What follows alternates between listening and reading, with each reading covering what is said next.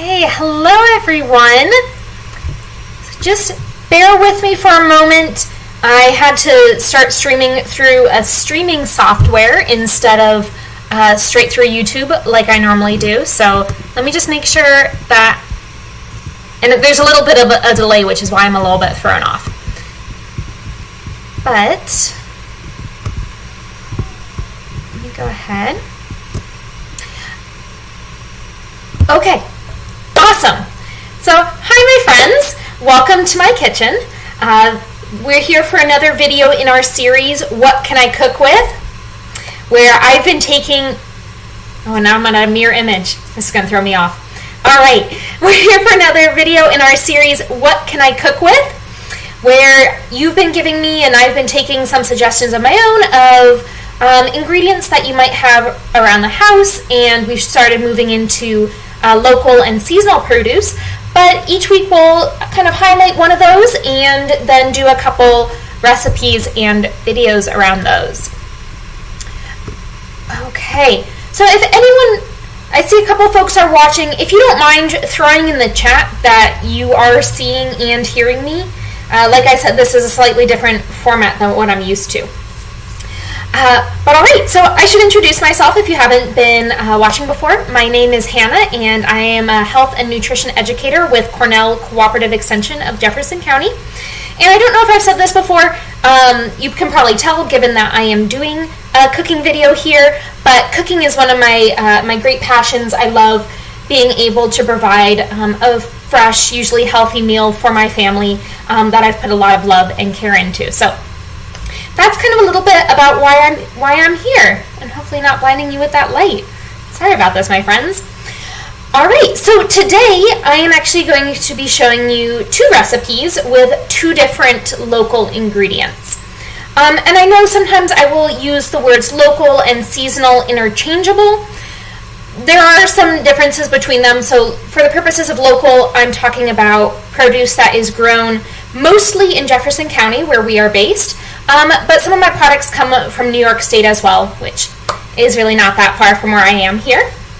Seasonal is generally going to be those products that are grown in our area because it's the season and they're local, so that's what we're getting. Alright, I hope I didn't make that more confusing than it is. But okay, so what we are cooking with today, I'm going to be using some green bell peppers. So I already had them prepped. I talk a lot on here about, cleaning out your fridge, using what you have before it goes bad, and repurposing ingredients. So these are some, falling out, some repurposed sauteed green bell peppers. I had them with tacos on Tuesday night, and I had some left over, so now they're going to go into a white bean turkey chili. And then the other ingredient we will be focusing on, so the green bell peppers, and I'll talk about the farmers in a little bit as well, but come from the Lowville Amish. And then I will be making a smoky tomato salsa with some beautiful tomatoes from Shedlight Organics. All right. Oh, and if you watched last week, I wanted to show you, I did successfully use the carrot pesto and made it, and so it was a lot more. We used it on pizza, and it was delicious. Once I transferred it to my blender and on my food processor, it worked great. So if you were kind of nervous by my struggles with my food processor, don't worry, please still try it. We will see. I don't know if I have learned my lesson because I'm going to try to make the salsa in my food processor this time. So let's go ahead and get started. So like most recipes, this one starts with an onion. And I haven't demoed cutting an onion on here recently, so if you're new to the channel, you might not have seen my technique before. But I've peeled it already, and then just quick recap of knife skills. This is a chef's knife. I like to hold it in a pinch grip with my thumb kind of on the blade and my finger on the blade. It gives me a lot of control, so you'll see this recommended a lot. I'm just going to take off the top there, put it in my compost bowl, and cut it in half. Alright, doing a couple slices like this, You can see I left the root end intact, so I'm not cutting all the way through. But I'm just doing some of these. I guess I did horizontal, and now I'll do some vertical, and then just going crosswise to the cuts that I already made. And then you'll have a little nub. You can put this in a bag in your freezer and use it to make stock, or compost it, or throw it away. Oh, so these onions are also from Shed Light Organics. So just a little bit about the farmers whose vegetables I am cooking with. Shed Light Organics was started as a family's vegetable garden. They decided they wanted to have easy access to fresh and organic produce for their family, and then it went so well, they grew so much that I think 9 years later now, they have a CSA and sell at farmers markets and things. And I know we've had a lot of questions in the past about the term organic. In a few weeks, we're going to do a deep dive into some of those, you might call them buzzwords or keywords around kind of local foods that you might be hearing a lot. So stay tuned. We'll be talking about that in maybe 3 or 4 weeks and diving in. But essentially, the basic is if you're organic or certified organic, it means you do not use synthetic pesticides. All right, so now that I have my onion, I'm going to go over to my stove and I'm going to start sauteing it in a little bit of oil. And I was really excited because I thought I was going to be able to have an overhead camera and show you the process, but fingers crossed that I figure out the technology for next week. All right, here's my stove over here. So I'm using just olive oil. We're going to get it fairly hot, so use an oil with kind of a lower smoke point. I put about a half tablespoon of oil in there. And I'm just going to let it heat up. So oils with a low smoke point would be regular olive oil, not something like extra virgin, canola oil, safflower oil, sunflower oil, all good options. Okay, so let me go ahead and add in my onion. And just give it a good stir so it gets coated with oil. We're going to caramelize it a little bit so it gets a nice deep flavor for our white bean turkey chili. So as I've mentioned, I've been starting a new series on here where we're cooking with local produce, and we're doing a little bit of a deep dive into some benefits of local produce. Last week we talked about what is local produce, how it's defined, and everything like that. So if you're interested in a little bit more of that, and we made a lot of things. We made a cucumber and watermelon salad, which was really good. There were no leftovers, which I was kind of sad about because I thought it would be better the next day. And a green bean and tomato and salmon sheet pan. And then the carrot pesto, of course. Star of the show. All right, so this week we're going to be talking about what one of the more, let's say, visible benefits of produce, of eating local is. And while I talk about it, those onions are caramelizing. I'm going to start chopping my onion that's going to be used for my salsa, and I'm just going to quarter it. So you really only need about a half of an onion, but the onion I'm using is pretty small, so I'm just going to use the whole thing. All right, so one of the benefits of eating local that is kind of easiest to notice is generally it's going to have greater flavor and freshness. All right, didn't plan this camera angle really well. So I got a cast iron here. I'm going to add a little bit of oil, and I'm going to start charring my onions. And this will help give our salsa a smoky flavor. So salsa, white bean turkey chili. If I know what burner it is. There we go. All right. So we'll let that heat up a little bit before we add in our onions. Okay, so flavor and freshness. So a lot of this comes from the fact that because it is local, it doesn't have to travel as far. So I think I gave the example of fruit from California last week because it's one of the farther places. We do get a lot of fruit from there. So if you think about strawberries from California that need to come all the way to New York without going bad, they're going to get picked when they're underripe there. And then they're going to travel all the way, and when we get them, they should be hitting the freshness, the flavor, the ripeness. However, when it ripens on the vine and is picked at its peak ripeness, it's going to have better flavor. And then often because when you buy local, you are getting that food the day it's picked, the day after it's picked. It's going to be a lot fresher, and that can even lead to it, being good longer in your house if you store it properly. All right, so let me angle you back over here.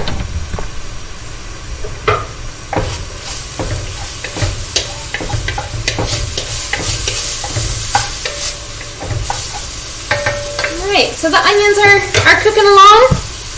Gonna throw in my cubes in here. Once my pan was hot enough, the oil did start spreading, so I didn't have to worry about really moving it around or anything like that. All right, so my onions over here are translucent, and they're starting to have some brown patches on them, some caramelization. So I'm gonna go ahead and add in my turkey. So this is about a pound of 93% lean turkey.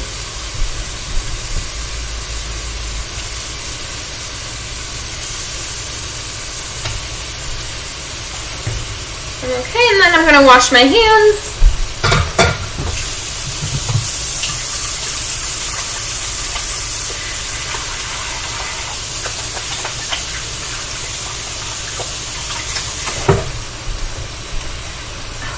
And then we're going to want to give this a stir, break up the turkey a little bit, get the onions all incorporated.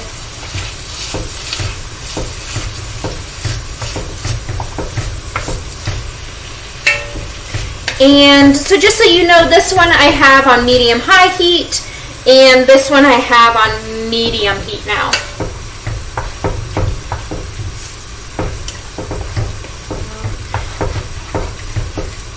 We'll just let this one, kind of cook where we want the turkey to get browned. It's not going to need to cook through all the way because we will be kind of simmering it later on, letting the flavors melt, but we do want it nice and brown for that flavor.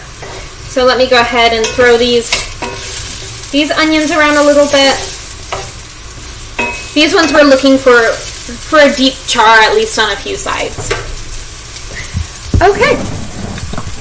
So then over here, I'm going to start preparing my peppers to go in my turkey chili. So I'll probably use all of these bell peppers. This is probably about 1 bell pepper. You can use it if you don't have green, you can use whatever color you have. It can be raw right now, so it will cook more in there. I'm just using stuff that was already sauteed because that's what I have. But again, all about using what you have. So then I have some jalapenos. You can absolutely omit these if your family is not a big spicy food fan. As I mentioned before, my family does like spicy food, so I'm going to include some of these in here. So these are pickled jalapenos. I could not find any fresh jalapenos. So this is going to be great. It's going to add kind of a different flavor dimension to what I'm cooking. So I'm not worried about it. I'm going to use, I'll show you. Some of this is going to be for the salsa, some of it's going to be for the chili. All right. Bring this all off. And I'm just going to give it a rough chop. I want kind of smaller pieces. I really appreciate chilies where everything is kind of the same size. I don't have to worry about, I know part of the fun of chilies is it being messy, but I do like being able to have, a bite that has all the components on it and isn't a super big pain to eat. So I want this to be about the size, maybe about the beans that I'm going to put in there. All right, so we've been talking about, flavor and freshness as really important components. But beyond just it tasting better and lasting longer, you also, local food or food that you get shortly after it's picked is going to have more nutrients in it. Because if you think about it, when something is picked and you don't eat it until a week later, the nutrients some of the vitamins will degrade a little bit. And then again, when things aren't picked at their peak ripeness, they don't have all of the highest levels of vitamins that they might have if they're picked at their ripest amount. Okay. I'm going to push these to the side there, and I'm just going to leave them on my messy cutting board. Always just make sure if you're leaving something on your cutting board, you do have enough space for your next task. And food safety wise, don't mix raw meat and vegetables or meat and vegetables. It's good to use separate cutting boards for those. Alright, I am just giving this a stir over here. So these are charring up, if you can see. And this one right here, yeah, you're starting to give my turkey a good stir.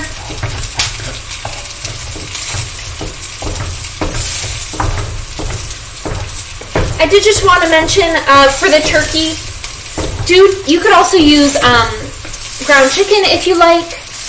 I really like it with turkey, but try to choose a leaner option. So turkey's a lean meat, but see if you can find like a 90% or above lean turkey. Especially for a chili that's going to have kind of so much moisture in it, it's good to have a leaner option. A great way that you can reduce saturated fat, which is linked to heart disease. Okay. Let it brown on that side now, and we'll go ahead and turn you over. So speaking of food safety, another benefit of eating local foods in terms of freshness is often it won't change as many hands before you're eating it. So that can really decrease your risk of contamination and just general food safety issues. So thinking about a vegetable or a fruit that's picked somewhere far away, how many hands it has to go through before it gets to you. So it might get harvested by someone, then it will probably go through some sort of processing plant, a packaging plant. If there's any issues on the drive or the transport side, whoever unpacks it and sets out for display. So again, just a lot of ways that it could get contamination. And then for food safety wise, if you think about like animal products, like ground turkey or beef or something like that, that has to be kept at a really, or below, in a really temperature stable environment. It's traveling really far, that kind of increases the chances that there might be times when it is out of that temperature zone that it should be in and into what we call the temperature danger zone. So those are just some added benefits. All right, let me just rinse my hands.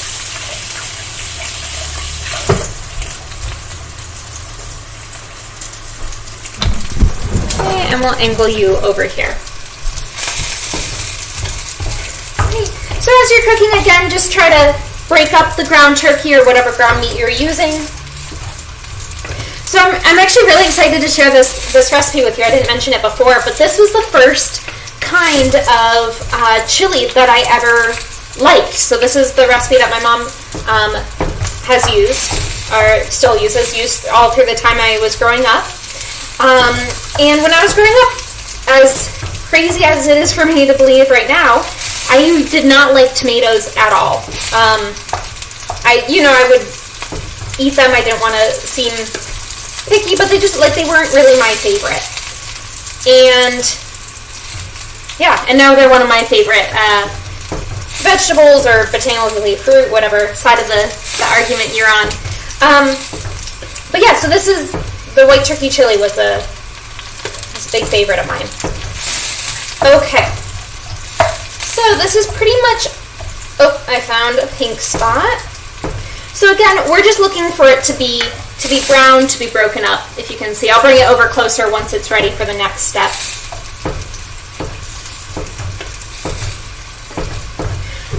Okay, and then then I'm going to go ahead and add in the rest of my jalapenos, so maybe about a tablespoon, tablespoon and a half.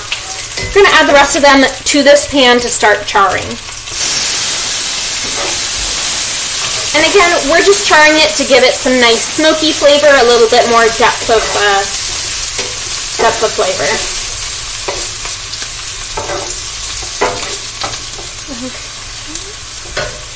And then we got this going on here.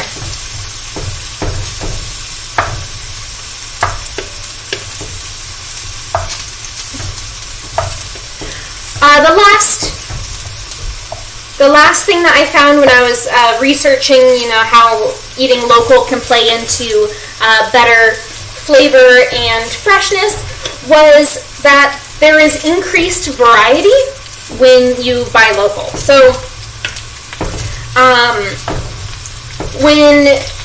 when farmers are picking what crop to grow to get sent to another state, they have to think about how well it's going to travel. So, like if it's going to bruise, if it's going to go through that period of ripeness really quickly, that's something that they have to take into account that local farmers don't necessarily need to think about because it's traveling not very far at all.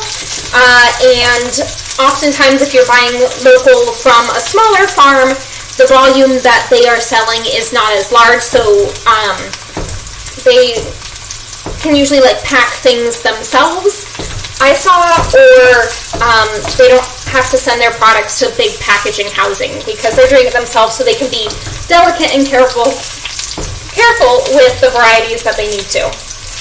Alright, so my turkey's almost done. I'm going to go ahead and season it now.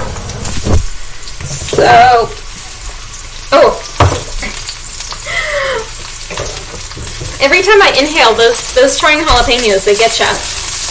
Okay. So let's go ahead and season our turkey chili. I'm going to start with 2 teaspoons of ground cumin, because that's a flavor I really like. You might want to start with just 1. I'm going to go ahead and add 2 in.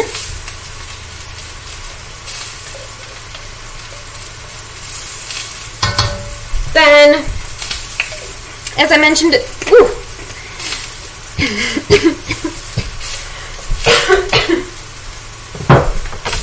me.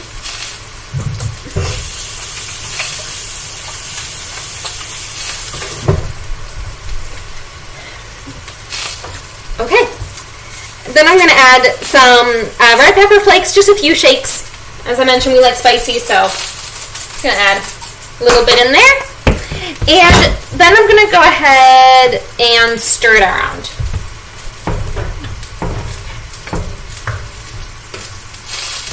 So you'll notice as this cooks, your turkey's going to be releasing some liquid. That's fine. That's going to help season it, make it kind of a chili-ish texture that we're looking for. Okay. And then at this point, you can kind of, as you can see, I'm breaking up the bigger chunks just to help ensure that it cooks thoroughly, and again, we can get that perfect bite of chili. Go ahead and give our salsa pieces a cut, and I'm going to add in my bell peppers and my jalapenos to my white bean turkey chili.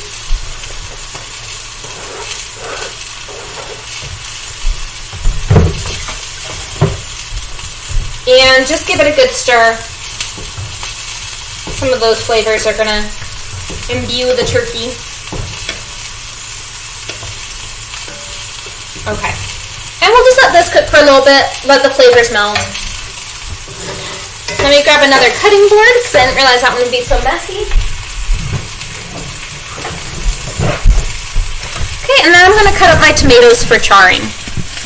So as I mentioned, these tomatoes are from Shed Light Organics, and I have 3. Thought I was missing one. Then go ahead and cut these just into probably quarters. And so for cutting tomatoes, I like to use a bread knife or a serrated knife. It makes it a little bit easier to get through the tomato flesh. Okay, and then I'm just going to throw them in here. So we're not cutting them up super much. We don't want to release too many juices.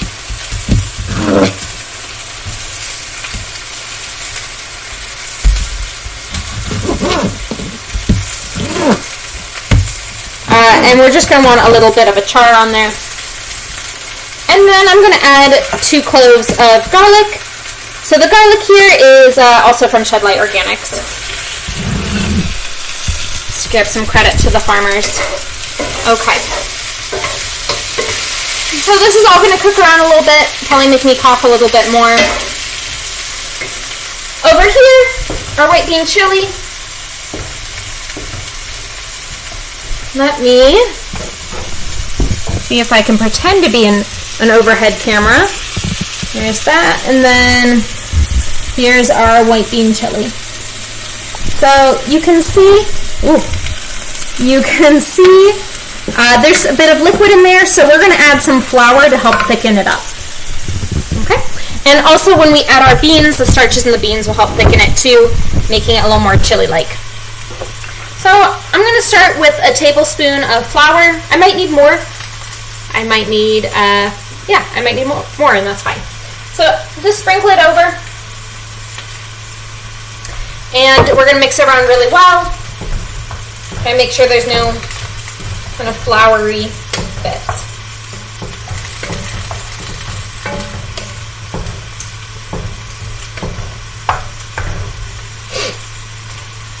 So going back to, I realized I didn't finish all my thoughts when I was talking about how you can have a greater variety when you shop local. Because this is something that was really, really fascinating to me.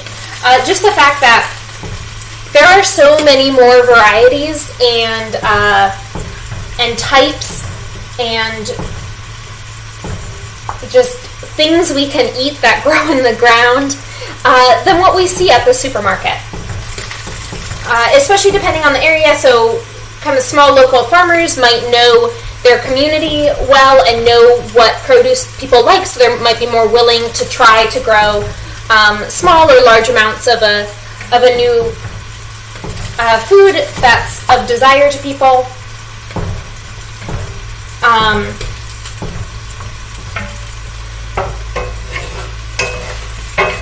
Stir these around. It's almost done.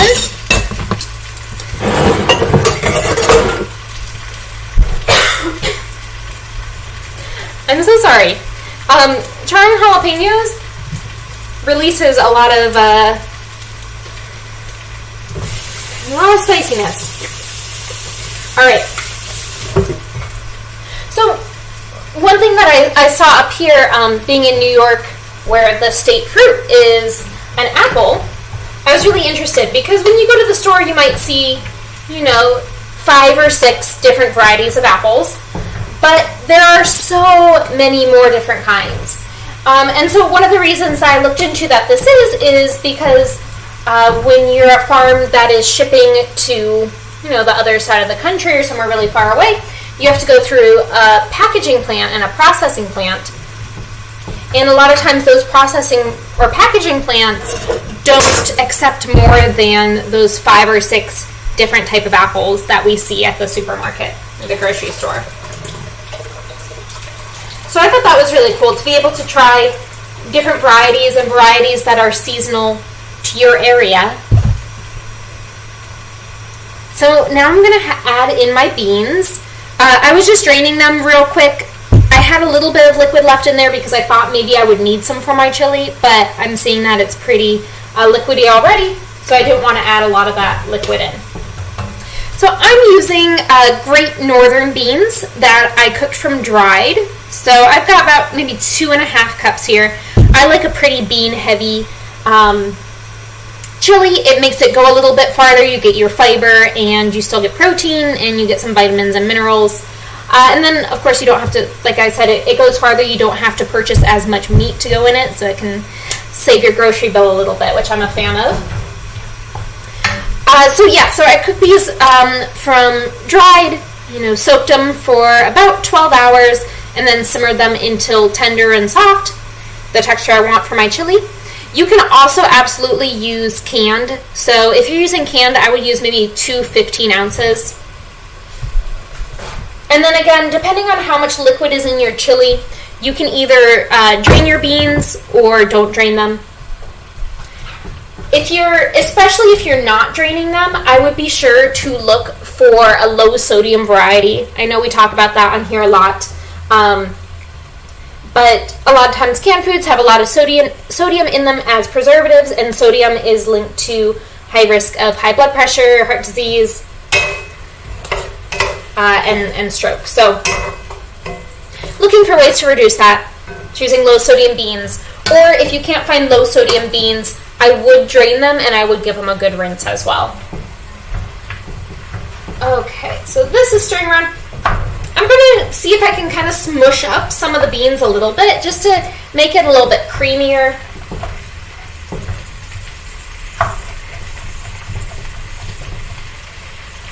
But I'm just going to let it cook for a little bit, let the flavors meld, let everything break down a little bit. It will release a little bit more liquid as it cooks. Over here for my salsa, it's looking a little bit charred. So my onions are very charred. My jalapenos are charred. Your tomatoes, because I use big ones that I cut, aren't going to char very much. So we've got like spaces of it, and it's going to help get some of the char off the bottom of the pan by having that tomato juice in there. But I'm going to say this is good for the next step. All right, and that is, I'm going to go grab my blender. I do not trust my food processor for this. I think it is too small and not strong enough. So hang tight. Oops. I'm going to plug the wrong thing.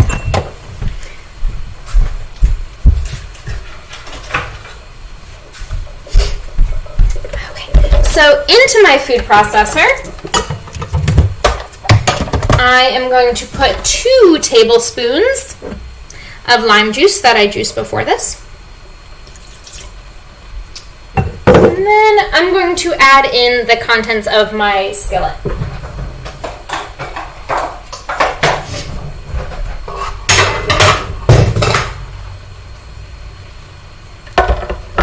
And add this in here.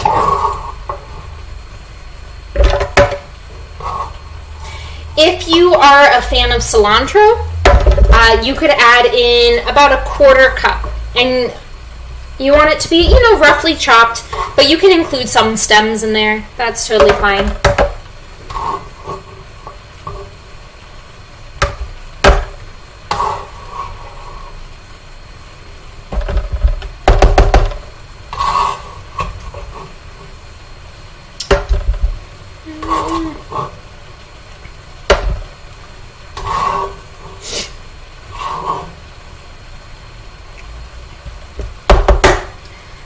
Cool. I'm going to add a few cranks of black pepper.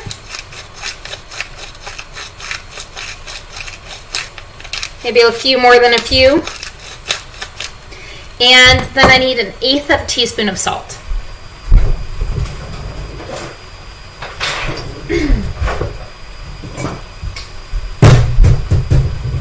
So, measure it right over here. 1/8 a teaspoon. Lid on. And I'm going to start blending, so you might want to turn me down. I'm not sure on this new software. Oh, I can turn myself down, I think.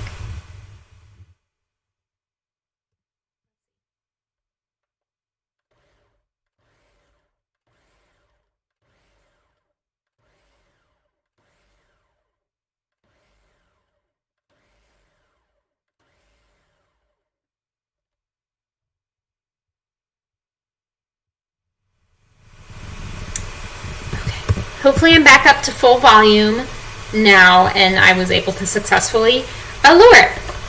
So I like my salsa, I like them pretty smooth, or on the smoother side of things, and not super chunky.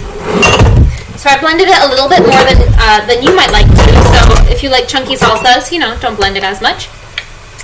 But, oh, and I missed an onion. Okay. I will reblend this later with that onion down.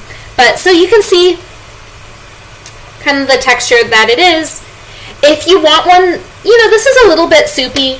The tomatoes I used, as you saw, were, fairly watery, as most tomatoes are. So if you wanted it to be a little bit thicker, you didn't want it so watery, at this point you could increase your ratio of onions. So maybe do, it called for a half of a large onion, so maybe use a full large onion. You could also, with your tomatoes, you could use a variety like Roma that has less seeds and is less water and is a little bit denser. Or you can just remove the seeds from one or more of them, reserve them to the side, make it without the seeds, and then if it needs a little bit more liquid, throw some of those in there. But again, it's pretty adaptable. Play around with your salsas. It's a great way to use your vegetables, use up your tomatoes. It freezes really well, and it gets better a day or two after you make it, as does the chili. Though I don't think I'll be able to hold anyone off from eating it tonight. So let me just stir it again. So at this point, we're letting all the flavors meld. So I'm going to want to put a lid on it after this and let it simmer for about, maybe like 20 to 30 minutes. You could also, at this point, if it looks too thick, you can add like a little bit of veggie broth, chicken broth, whatever you have, just maybe like a tablespoon or so, not super much. You could also get out your potato masher and mash up your beans a little bit. You could mash them before you add them if you really are interested in a really creamy one. You could also, if this is too watery right now, you could sprinkle in a little bit more flour. So maybe about a tablespoon more of the flour, mix it in really well to help thicken it up a bit. So again, super customizable based on what flavors you enjoy. You could add in more veggies to this. So if you wanted to add tomatoes, you could add chunk tomatoes to this as well. But I like it just the classic way that my mom would make it. And then to eat this, we're a fan of it on some whole ground tortilla chips, whole ground corn. So we've talked about whole grains on here before, but whole grains are they're the opposite of refined grains, which we eat in general a lot of, but whole grains have more fiber, vitamins, and minerals in them than the refined grains, so try to look for whole grains. They'll help you get the vitamins and minerals your body needs to stay healthy, and the fiber helps keep us feeling full and helps our gastrointestinal tract, our stomach and intestines running real smooth. So, look for whole grain corn chips is the point that I was going towards there. How we get to different things. Very curvy roads. All right. I think that's it. So again, this is just going to cook 20 to 30 minutes.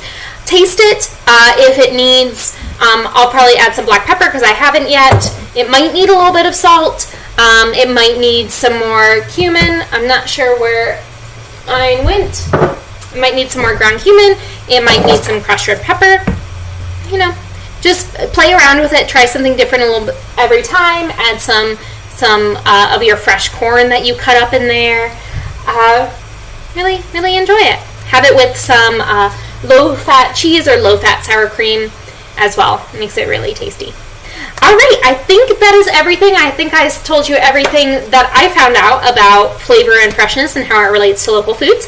If you know a different fact or something else about that I didn't share, please share it in the chat if you can, or down in the comment section. Send it to us over Facebook at our Cornell Cooperative Extension of Jefferson County Facebook page. I'd love to hear what you know and learn from this community we have going on here. If you make this or change it up in any way, I'd also love to hear how it turned out for you. So again, comments, send us a message, send us a picture. I would love to see that. All right. Yes. Thank you all so much for joining me and bearing with me as I learn this new software. Hopefully next week it will go a little bit easier and I won't be so confused at the beginning of the video. But fingers crossed. Have an awesome weekend, everyone.